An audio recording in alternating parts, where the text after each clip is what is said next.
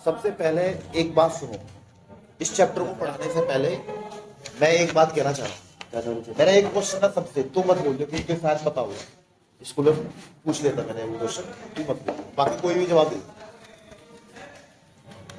एक स्टूडेंट है जिसका नाम है ए, एक दूसरा स्टूडेंट है जिसका नाम क्या है बी। इन दोनों के एग्जाम लिए गए, दोनों बच्चों के। ये मान लीजिए एक स्कूल है, मान लो रेजोनेंस, कोई स्कूल का नाम ले लिया हमने, और ये मान लीजिए हमने जी स्कूल मान लिया, कोई स्कूल का नाम ले लिया। अब इसका अकाउंट का पेपर हुआ है ए स्टूडेंट का, इसके अकाउंट में पेपर में 40 नंबर आए। बी स्टूडेंट का भी अकाउंट का पेपर हुआ, इसके 60 नंबर आए। मैं तुमसे ये पूछना चाह रहा हूं, क्योंकि ये अकाउंटिंग रेशियो चैप्टर पढ़ेंगे हम, तो इसकी एक भूमिका तैयार करना चाह रहा हूं। अकाउंटिंग रेशियो को पढ़ने से पहले कुछ बातें बतानी है मुझे, बस मैं तुम्हें तुमसे जानना चाहता हूं, अगर दोनों पे कंपैरिजन करते हो तुम अगर, तो सबसे अच्छी परफॉर्मेंस किस बच्चे की है? बी स्कूल वाले की। हाँ, स्टूडेंट बी की या ए की? बी। एक एक करके पूछते हैं।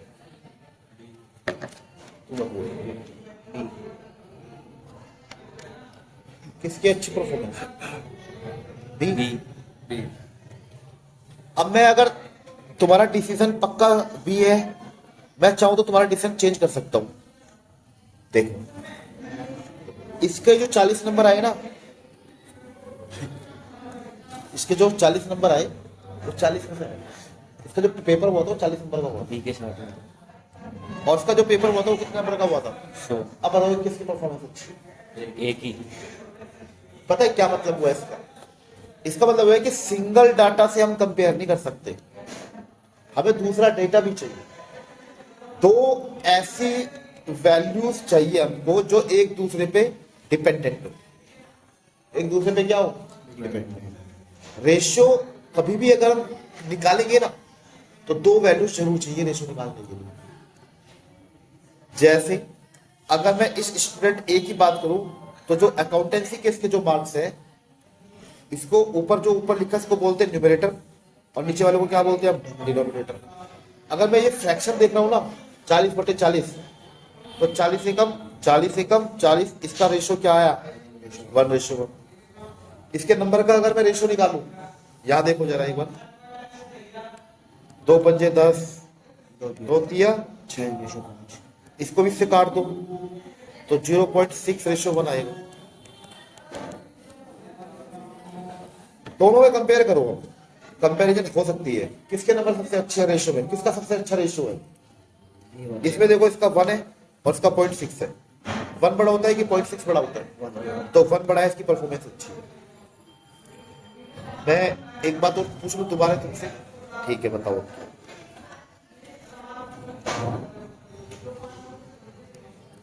एक कंपनी है जिसका नाम है ए कंपनी, कंपनी ए, हमने मान लिया एक कंपनी है, कंपनी ए।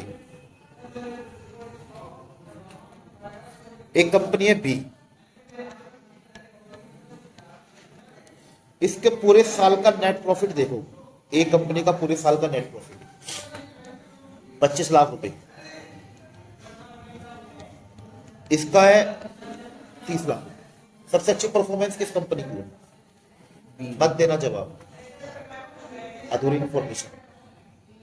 कह रहे सर दूसरा डेटा भी बताइए। 25 लाख रुपए अगर इसने कमाए है ना, तो कितने रुपए पैसे लगा के कमाई?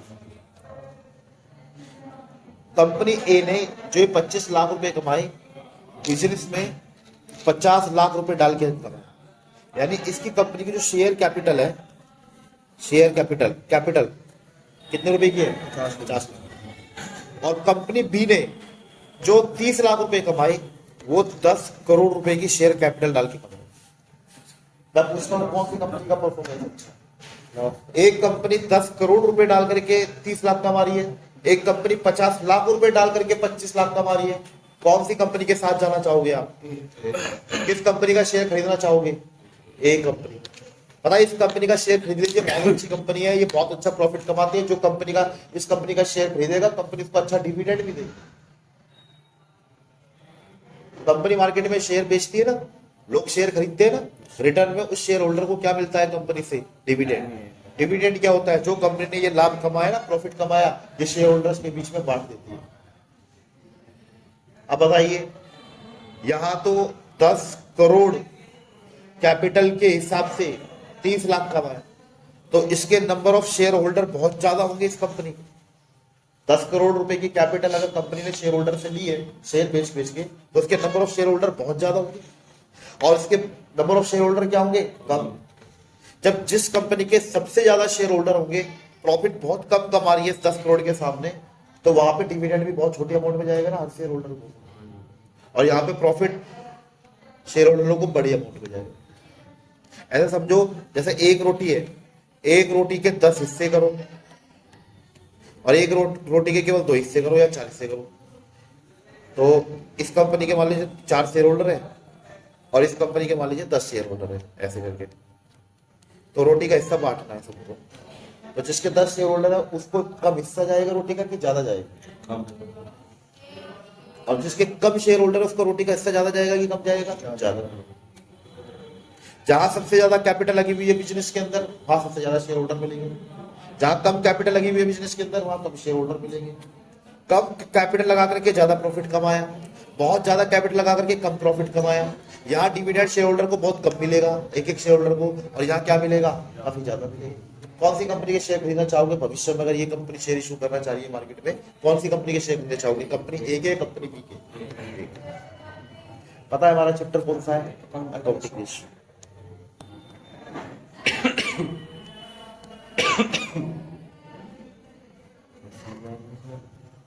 अच्छा, एक चीज सुनो अभी ध्यान से सुनो।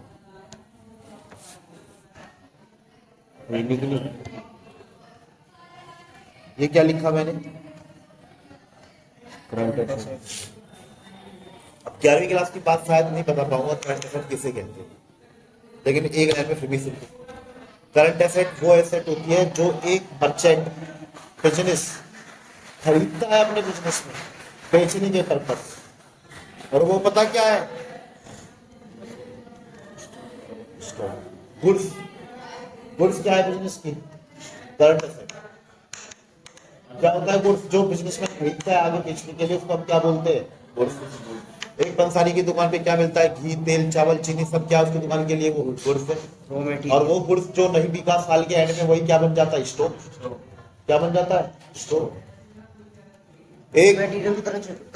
हाँ, एक मेडिसिन की दुकान पे क्या मिलता है? मेडिसिन। मेडिसिन क्या है उस दुकान के लिए? गुड्स। जो मेडिसिन साल के एंड में नहीं बिकी, बच गई, उसको हम क्या बोलते हैं? स्टॉक। स्टॉक बिजनेस की क्या है? Current asset. करंट एसेट इसलिए है क्योंकि ये किस में कन्वर्ट हो जाएगी? कैश में। सारी एसेट जो बहुत जल्द कैश में कन्वर्ट हो जाएगी, उसको हम क्या बोलते हैं? Current asset. कुछ करंट एसेट्स के एग्जांपल बताता हूं मैं तुमको। जैसे एक तो क्या है हमारे सामने, बोलो? स्टॉक। याद रख लोगे? अब मैं तुमको ऐसे में समझाता हूँ, तरफ में थोड़ा सा सुनो।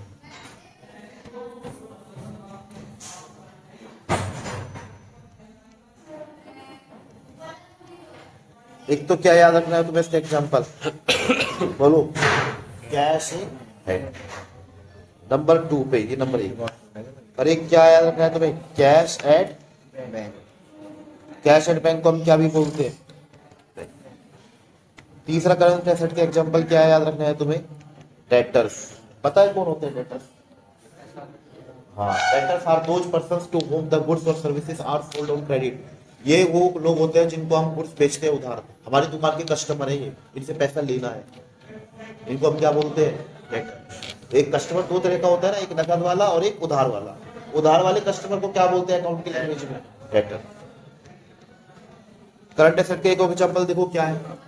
Bills receivable. ये देखो एक एग्जांपल और देखो, कैश इन हैंड हो गया, कैश एट बैंक हो गया, डेटर्स, बिल्स रिसीवेबल। एक और देखो, याद कर लो ये एग्जांपल बस। Marketable securities. क्या है? क्या होती है मार्केटेबल सिक्योरिटीज?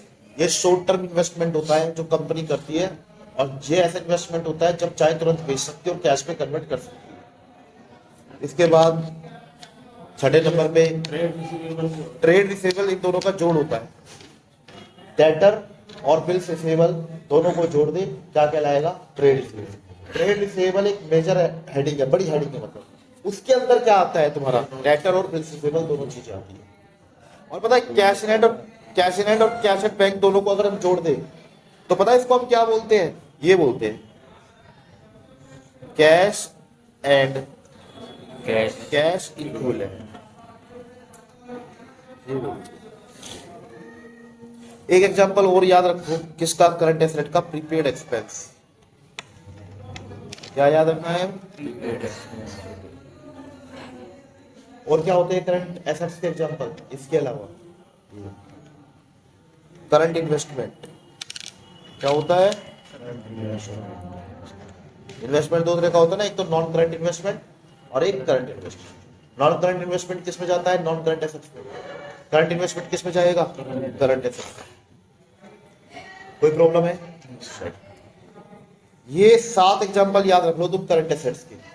अब मैं कुछ एग्जांपल तुमको बताता हूं किसके? करंट लायबिलिटीज के। किसके बता रहा हूं? बोलो। Current liability. करंट लायबिलिटीज क्या होती है? लायबिलिटीज क्या होते हैं? Liabilities are the amount which is payable by the businessman to the outsider person. Businessman के द्वारा कुछ भी अगर पे करना पड़े बाहर वाले व्यक्ति को, आउटसाइडर पर्सन को, फ्यूचर में या प्रेजेंट में, उसको हम क्या बोलते हैं? लायबिलिटी। क्या बोलते हैं? Current liability. केवल लायबिलिटी। गुड्स उधार खरीदे अपने सप्लायर से, सामान तो ले लिया उधार, माल तो आ गया दुकान में, पैसा भी तो देना है। जो देना है पैसा वो क्या है? बिजनेस की लायबिलिटी। बैंक से लोन लिया है तो पैसा वापसी भी तो चुकाना है ना, तो वो क्या है? बिजनेस की लायबिलिटी। तो लायबिलिटी का मतलब जो पे करना पड़े वो कहलाती है लायबिलिटी। अब लायबिलिटी भी कितने तरह की होती है? तो एक करंट लायबिलिटी और एक क्या होती है? Non current liability.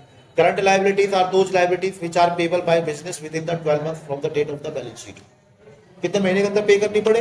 12 महीने के अंदर। ऐसी लायबिलिटी जो 12 महीने में ड्यू हो जाएगी और पे भी करनी पड़ जाएगी, ऐसी लायबिलिटी को क्या बोलते हैं? Current liability. और वो लायबिलिटी जो 12 महीने के बाद ड्यू होगी और पे होगी उसको हम क्या बोलते हैं? Non current liabilities. मैं तुमको कुछ करंट लायबिलिटीज के एग्जांपल बताऊं। एक तो एग्जांपल क्या याद रखना है तुम्हें बताऊं जरा, बोलो। क्रेडिटर्स कौन होते हैं? डेटर का उल्टा। डेटर तो वो होता कस्टमर जिसको उधार माल बेचा तो उससे पैसे लेने, इसलिए हमारी एसेट है वो, राइट है, हमारा अधिकार है उससे पैसे लेने का, क्योंकि गुड्स बेच रखा है उधार। क्रेडिटर कौन होते हैं? क्रेडिटर हमारे सप्लायर है, होलसेलर। अगर हम रिटेलर है तो वो कौन है? होलसेलर। उनसे गुड्स खरीदते उधार और आगे बेचते हैं। तो जिनसे गुड्स खरीद रखा है उधार, उनको पैसा लौटाना भी है, लायबिलिटी है। तो उन होलसेलर को क्या बोलते हैं हम? क्रेडिटर। क्या लीजिए, अगर हम होलसेलर खुद ही है तो क्या हुआ? तुम मैन्युफैक्चरिंग कंपनी से खरीदते होंगे फिर माल, तो मैन्युफैक्चरिंग कंपनी से उधार माल खरीदा, मैन्युफैक्चरिंग कंपनी क्या कहलाएगी? हमारी जिनको पेमेंट करना है गुड्स खरीदने से, क्रेडिटर कहलाएगा। समझिए। एक क्या होता है? Bills payable, current liability. एक करंट लायबिलिटी का और एग्जांपल बताऊं, जैसे तुमने पैसा उधार लिया जो तुम 12 महीने के अंदर वापसी कर दोगे, उसको हम क्या बोलेंगे? Short term borrowings.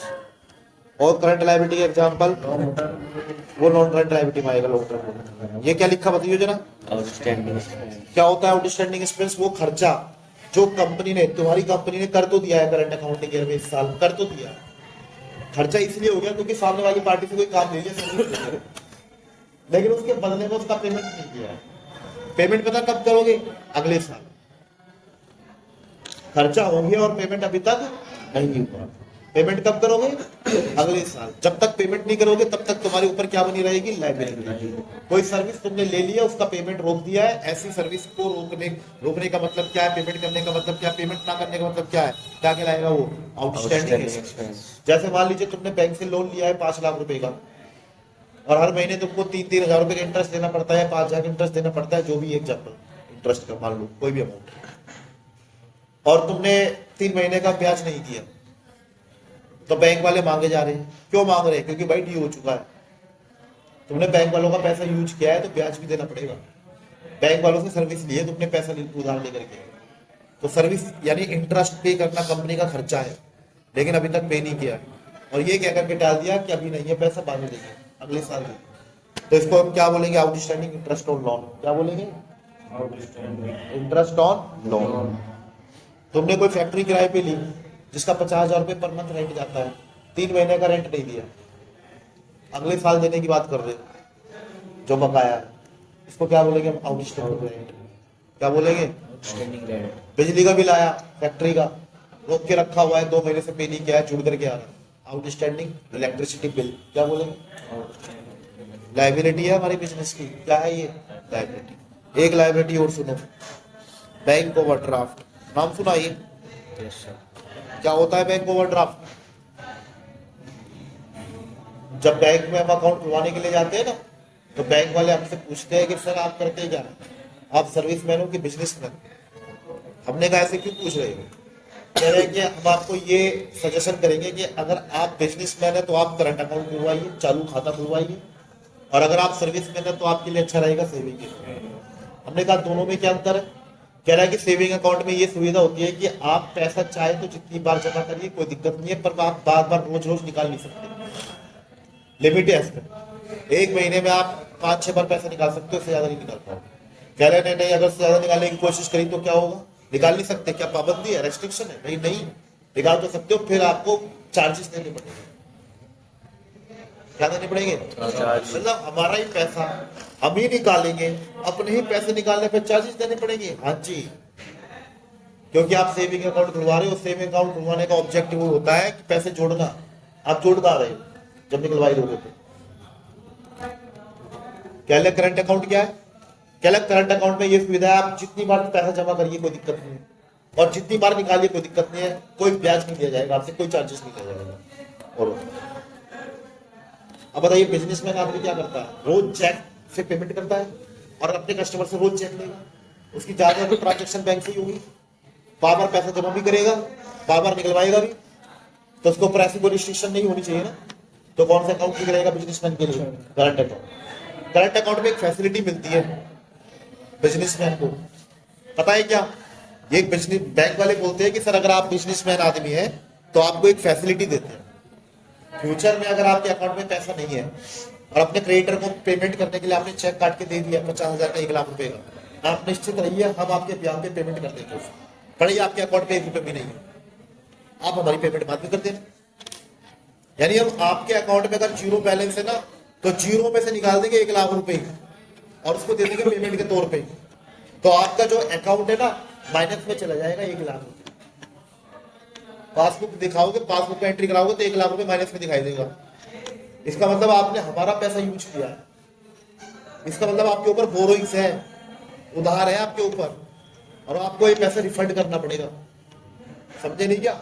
तो ये फैसिलिटी जो करंट अकाउंट में बिजनेसमैन को दी जाती है कि जितना पैसा जमा है उससे ज्यादा निकालने की जो फैसिलिटी दी जाती है उसको बोलते हैं बैंक ओवरड्राफ्ट। क्या बोलते हैं? अब तुम बताओ, बैंक ओवरड्राफ्ट बिजनेस की एसेट है कि लायबिलिटी है?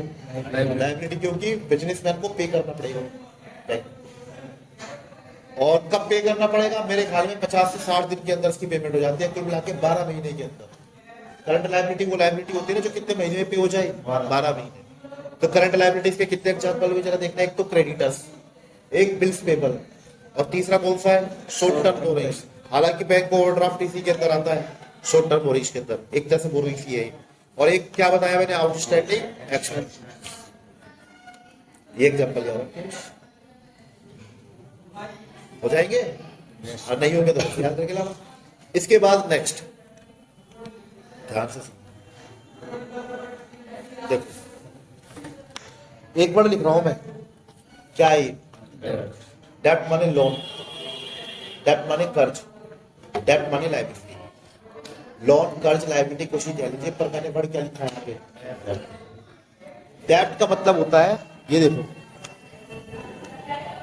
Non current liabilities. क्या होता है भाई, बोलना एक बार। और नॉन करंट लायबिलिटीज में 2 चीजें आती है, अकाउंटिंग रेशियो चैप्टर के हिसाब से बता रहा हूं। 2 चीजें आएगी इसमें। एक तो लॉन्ग टर्म बोरोइंग्स, बोलो क्या आएंगे भाई? एक आएगा इसके अंदर लॉन्ग टर्म प्रोविजंस। क्या आएगा? इन दोनों चीजों को जोड़ दो तो क्या निकल के आ जाएगा?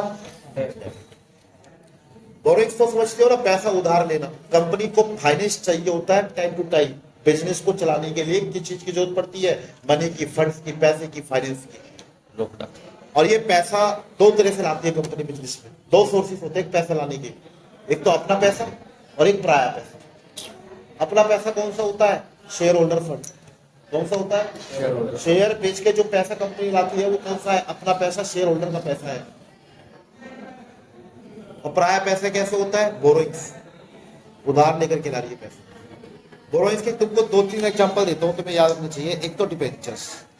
डिबेंचर नाम सुना तुमने? डिबेंचर क्या होता है? जब कंपनी पब्लिक में जाती है और पब्लिक से पैसा उधार मांगती है तो पब्लिक कहती है आपको पैसा उधार दे देंगे, बदले में कोई सर्टिफिकेट इशू करिए प्रूफ के तौर पे कि हमने आपको पैसा उधार दिया है, कल को तुम लेने से मना ना कर दो। तो कंपनी क्या करती है? उस सर्टिफिकेट पे, डॉक्यूमेंट पे कुछ टर्म्स एंड कंडीशंस लिख करके उसको दे देती है। वही क्या कहलाएगा? डिबेंचर। डिबेंचर कंपनी की क्या है? बोरोइंग्स। और कैसी बोरोइंग्स मान लेना इसको? Long term. और सुनो, बैंक लोन क्या लिखा है?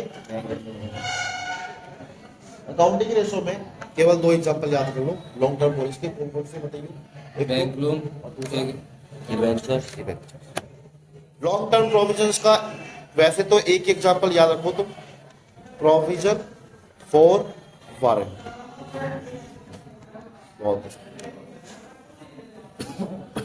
बताओ डेब्ट का मतलब क्या होता है? डेब्ट का मतलब जल्दी बताओ। ये रहा क्या होता है? Non current liability.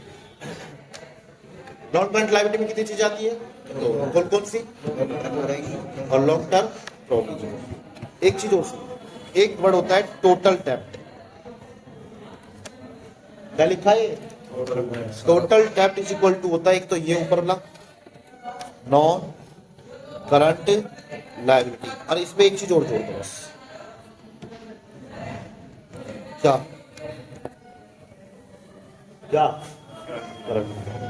Non current liability और करंट लायबिलिटी दोनों जोड़ दो तो क्या निकल करके आ जाएगा? खाली डेब्ट का मतलब क्या होता है? खाली डेब्ट का मतलब नॉन करंट लायबिलिटी। और टोटल डेब्ट का मतलब क्या होता है? Non current liability plus current liability. ठीक है, ये कुछ पूछना है? पूछ ले, कोई दिक्कत नहीं। अब सुनो आगे की बात, ध्यान सुनो।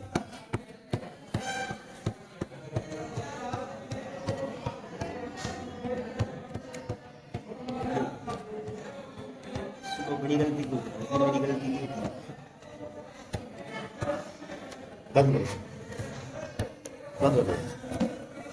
सर डिबेंचर में मिनिमम टाइम कितना हो? रिडीममेंट है मतलब पैसे वापस देने 3 महीने 6 महीने मिनिमम 3। मैक्सिमम 20 साल। 10 नहीं।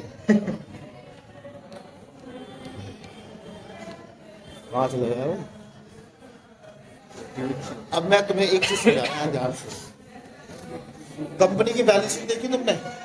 किस फॉर्मेट में देखी? Vertical format.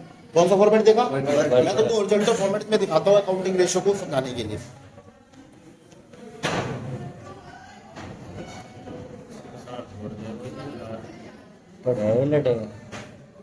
ये कौन सी साइड है?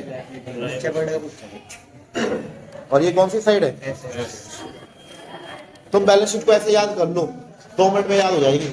मेजर हैंड दिखाता हूँ। नंबर 1, एक तो इसमें लायबिलिटी साइड में क्या आता है? Share holders fund. एक तो ये याद करो। Number 2, non current liabilities. Non current liability, वो ये मेजर हेड है जो तू बता रहा है, उसको सब हेडर डालना है। मुझे सब हेडर नहीं लिखने हैं, क्या लिखने से मेजर। और तीसरा एक चीज याद रखो, करंट, बस ये याद रखो। और पता फिर नीचे क्या आ जाएगा? 1 2 बताओ बैलेंस शीट की लायबिलिटी साइड में क्या आता है? 3 चीज बोलो। Share holders fund, non current liabilities, current liability. तीनों का जोड़ कर देंगे बैलेंस शीट का टोटल। एसेट साइड में देखो 2 ही चीज आती है। नंबर 1 नॉन करंट एसेट्स, एक तो ये आता है, प्लस एक क्या आता है इसमें? Current assets. बस ये, और दोनों का टोटल बराबर आएगा कि नहीं आएगा? बराबर आएगा। एक बात क्या मैं ये कह सकता हूँ, total assets is equal to shareholder fund plus liability. ये दोनों पता क्या चीज है? लायबिलिटी। मैं बताऊं तुम्हें, मेरी बात ध्यान सुनो। अगर एक बात तुम्हें समझ में आती है, लायबिलिटी दो तरह की होती है। कितने तरह की होती है? एक होती है इंटरनल लायबिलिटी और एक क्या होती है? External liability. इंटरनल लायबिलिटी का ये जो है ना, ये वाली ये लायबिलिटी देख रहे हो? कौन सी वाली? Share holder fund. ये बता किसका एग्जांपल है? किसका एग्जांपल है ये? Internal liability. और ये एक्सटर्नल लायबिलिटी के दो एग्जांपल है, नॉन करंट लायबिलिटी और क्या? बताओ लायबिलिटी कितने तरह की होती है? कौन कौन सी? इंटरनल लायबिलिटी और एक्सटर्नल। अच्छा एक बात बताओ, बिजनेस और बिजनेसमैन एक ही होते हैं कि अलग अलग होते हैं? सोच लो पहले एक बार, बिजनेस और बिजनेसमैन एक ही कि अलग अलग है? क्या लगता है? अकाउंटिंग कहता है कि अगर आपको अकाउंट सीखना है तो बिजनेस और बिजनेसमैन दोनों को अलग अलग मानना है, एक नहीं मानना। और अकाउंटिंग पता है किसकी करते हैं हम? बिजनेस की। किसकी नहीं करते हम? बिजनेस की। एक बात बताइए, प्रॉफिट पूरे साल में बिजनेस ने जो प्रॉफिट कमाया, ये प्रॉफिट बिजनेस की एसेट होती है कि लायबिलिटी की? सोच के बताओ एक बार। एसेट। बिजनेस की प्रॉफिट लायबिलिटी होती है कि एसेट? एसेट। क्यों है? तुम सारे गलत बोल रहे हो। प्रॉफिट कभी भी एसेट होता ही, प्रॉफिट हमेशा लायबिलिटी होता है। बताऊं कैसे? ध्यान से। ये तो है बिजनेस, और मान लीजिए ये कौन है? बिजनेसमैन। बिजनेसमैन ने बिजनेस को क्या दिया? कैपिटल दिया ना, कैपिटल। कैपिटल देकर के इसने कुछ एक्टिविटीज की बिजनेस ने, और पूरे साल में क्या कमाया इसने? प्रॉफिट कमाया। मैं बता दूं, बिजनेसमैन एक पर्सन है और बिजनेस भी अपना आप में क्या है? पर्सन। फर्क कितना है? ये कैसा पर्सन है? नेचुरल। और ये कैसा पर्सन है? आर्टिफिशियल। है तो दोनों पर्सन, एक नेचुरल पर्सन है और एक कैसा है? आर्टिफिशियल। पता है बिजनेस की ये रिस्पॉन्सिबिलिटी बनती है, ये दायित्व बनता है, ये लायबिलिटी बनता है कि बिजनेस ने जितना भी प्रॉफिट कमाया ना, वो किसको वापसी करे? बिजनेस में। जो चीज देनी है, जो पैसा देना है, वो क्या होती है? बिजनेस की लायबिलिटी। क्या होती है? मतलब प्रॉफिट कौन किसको देगा? जल्दी बताइए।